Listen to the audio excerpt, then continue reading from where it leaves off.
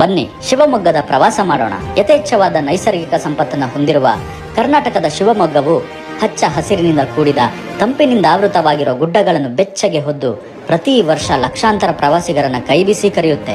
ಸಾಮಾಜಿಕ ಹೋರಾಟ, ಸಂಸ್ಕೃತಿ, ರಾಜಕೀಯ, ಕೃಷಿ, ಸಾಹಿತ್ಯ ಹೀಗೆ ಎಲ್ಲಾ ಕ್ಷೇತ್ರದಲ್ಲಿಯೂ ಸರ್ವತೋಮುಖ ಅಭಿವೃದ್ಧಿಯನ್ನು ಕಂಡಂತಹ ಮಲೆನಾಡಿನ ಮುಕುಟಪ್ರಾಯವಾಗಿರೋ ಶಿವಮೊಗ್ಗದಲ್ಲಿ ಜನಿಸಿರೋ ನಾವೇ ಧನ್ಯರು. ಶಿವಮೊಗ್ಗದ ತ್ಯಾವರೆಕೊಪ್ಪ ಹುಲಿ ಸಿಂಹಧಾಮದ ಸಮಗ್ರ ಅಭಿವೃದ್ಧಿ ಯೋಜನೆಗೆ ಅಂಗೀಕಾರ ದೊರೆತ ಕಾರಣ ರಾಜ್ಯದಲ್ಲಿಯೇ ಪ್ರಪ್ರಥಮವಾಗಿ ಕಾಡು ಕೋಣದ ಸಫಾರಿಯನ್ನು ಪ್ರಾರಂಭಿಸುವ ಯೋಜನೆಗೆ 14.64 ಕೋಟಿ ರೂಪಾಯಿ ವೆಚ್ಚದಲ್ಲಿ ಸಮಗ್ರವಾಗಿ ಅಭಿವೃದ್ಧಿಪಡಿಸಲಾಗುತ್ತಿದೆ. ಕೊಡಚಾದ್ರಿ ಮತ್ತು ಕೊಲ್ಲೂರಿನ ನಡುವೆ 320 ಕೋಟಿ ರೂಪಾಯಿ ವೆಚ್ಚದಲ್ಲಿ ಕೇಬಲ್ ಕಾರ್ ಸೌಲಭ್ಯವನ್ನು ಕಲ್ಪಿಸಲಾಗುತ್ತಿದೆ. ಜಗತ್ತಿನ ಅದ್ಭುತಗಳಲ್ಲೊಂದು ಜೋಗ ಜಲಪಾತದಲ್ಲಿ ಹಲವಾರು ಸಾಹಸ ಚಟುವಟಿಕೆಗಳಿಗೆ 85 ಲಕ್ಷ ವೆಚ್ಚದಲ್ಲಿ ಜಿಪ್ಲೈನ್ ವ್ಯವಸ್ಥೆ ಮತ್ತು ಜೋಗ ಜಲಪಾತ ಸಮಗ್ರ ಅಭಿವೃದ್ಧಿಗಾಗಿ 80 ಕೋಟಿ ರೂಪಾಯಿ ಬಿಡುಗಡೆ ಮಾಡಲಾಗಿದೆ. 49 ಕೋಟಿ ವೆಚ್ಚದಲ್ಲಿ ಉಡುತಡಿಯಲ್ಲಿ ಅಕ್ಕ ಮಹಾದೇವಿಯ ಜನ್ಮಸ್ಥಳ ಸಮಗ್ರ ಅಭಿವೃದ್ಧಿಗಾಗಿ ಕ್ರಮ ಕೈಗೊಳ್ಳಲಾಗಿದೆ.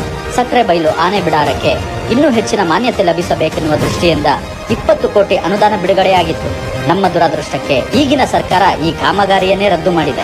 ಸುಮಾರು 25 ಕೋಟಿ ರೂಪಾಯಿ ವೆಚ್ಚದಲ್ಲಿ ಮರವಂತೆ ಮತ್ತು ಸೋಮೇಶ್ವರ ಬೀಚ್ ಅಭಿವೃದ್ಧಿಯಾಗುತ್ತಿದೆ.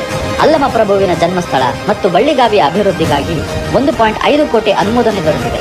ಶಿವಮೊಗ್ಗ ಪ್ರವಾಸೋದ್ಯಮವನ್ನು ಅಭಿವೃದ್ಧಿಗೊಳಿಸುವುದಾದರೆ ಇನ್ನೂ ಹಲವಾರು ಅವಕಾಶಗಳಿದ್ದು ಸರ್ಕಾರದ ಜೊತೆಗೆ ಸಾರ್ವಜನಿಕರ ಕೊಡುಗೆಯೂ ಅಷ್ಟೇ ಮುಖ್ಯ.